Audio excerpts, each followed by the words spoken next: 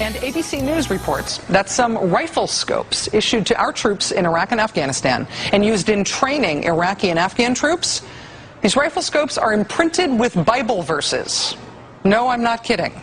Here's one example, a scope being used by an Iraqi police officer, which has JN 812 engraved on the sight, a reference to John chapter 8, verse 12, where Jesus is quoted as saying, "I am the light of the world. He who follows me shall not walk in darkness, but have the light of life."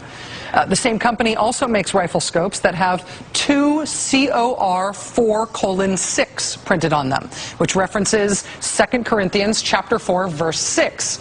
For it is the God who commanded light to shine out of darkness, who has shone in our hearts to give the light of the knowledge of the glory of God in the face of Jesus Christ. You see how both verses are about light?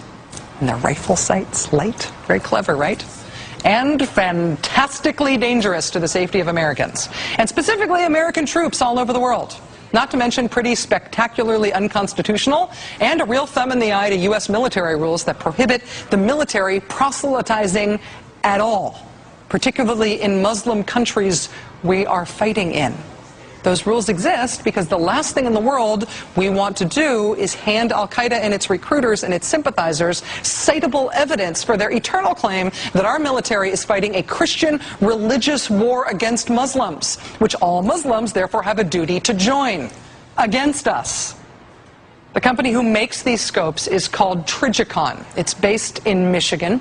They have a $660 million contract to make gun sights for the military, and they apparently plan to keep on keeping on with printing Bible verses on these scopes right next to the model number. The company admitted to ABC News that it is printing Bible verses on them. It's not inadvertent, it's on purpose. They then said that any complaints raised about this were obviously from those who were, and I quote, not Christian. Or not interested in recruiting for al-Qaeda. You self-centered, self-righteous, endangering the troops idiots. Congratulations, you've just spawned 1,000 anti-American propaganda videos. Hope you're enjoying your war profits. During his first overseas tour as president to the Muslim country of Turkey, that Barack Obama said the United States is not and will never be at war with Islam.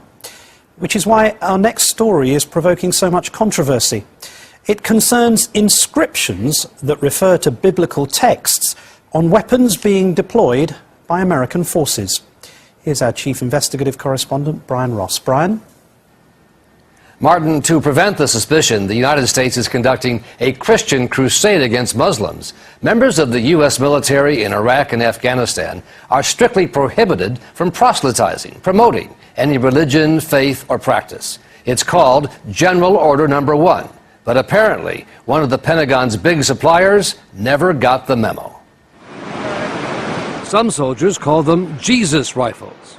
That's because the sights on their guns, including this one used to train soldiers in Iraq, contain a secret coded reference to New Testament passages about Jesus Christ. Here, JN 812, a reference to the book of John, chapter 8, verse 12, which reads in part, "Then spake Jesus again unto them, saying, I am the light of the world." They know it's wrong, and it's not just wrong, it's an outrage. Michael Weinstein runs the Military Religious Freedom Foundation, which claims thousands of members in the U.S. military who he says are endangered by the secret Bible codes. It is a big deal. We've had many soldiers reach out to us. Some are oblivious, but many others, and the thousands are well aware that it's there. They've described it as a sick and a very scary joke, and that it allows the Mujahideen, the Taliban, al-Qaeda, the insurrectionists, and jihadists to be claiming that they're being shot by Jesus rifles. Other sites have references to the New Testament books of Matthew, Revelation, and Corinthians, such as this scope used by Special Forces, encoded with another reference to a verse about the glory of God in the face of Jesus Christ. The rifle sights are produced by the Trigicon Company of Wixom, Michigan, which has almost $1 billion in Pentagon contracts.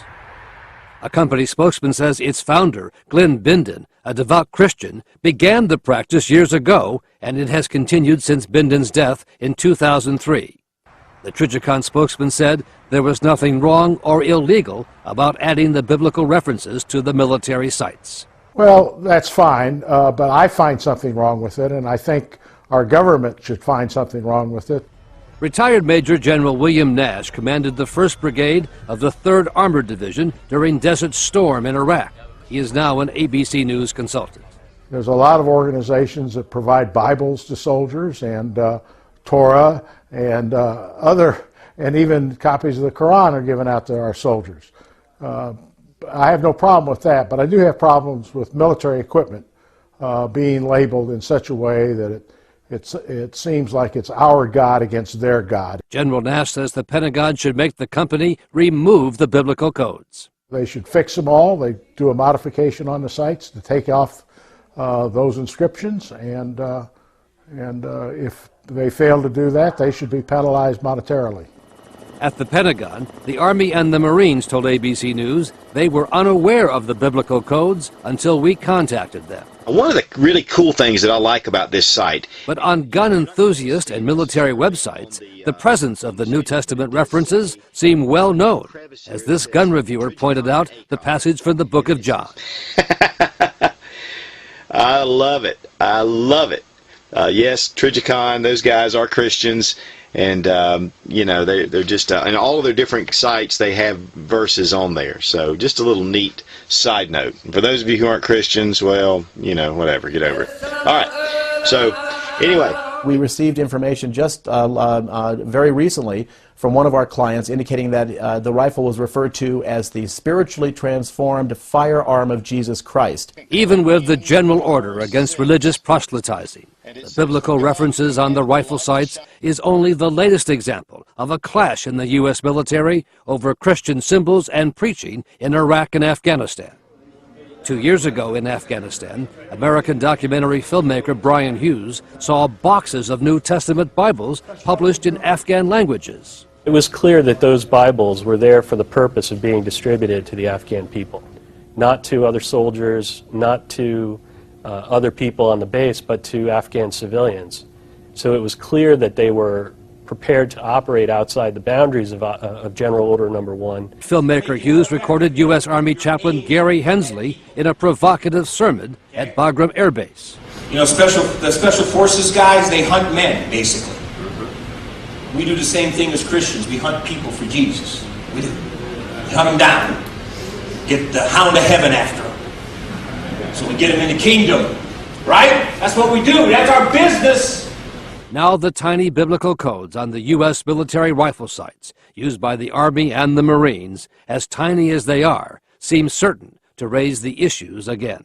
We're training the Iraqis and the Afghans, the members of the military, on these very same weapons. They're training on weapons with biblical references from the New Testament on there. It's unbelievable. This is how we're going to win friends. It's not known precisely how many of the rifle sites with the secret Bible codes are now in use by the military. But the Trigicon company just received a $660 million contract to be the sole supplier to the U.S. Marine Corps, and its sites are the preferred choice of the U.S. Special Forces. As of tonight, the military was still trying to figure out what, if anything, it plans to do about them.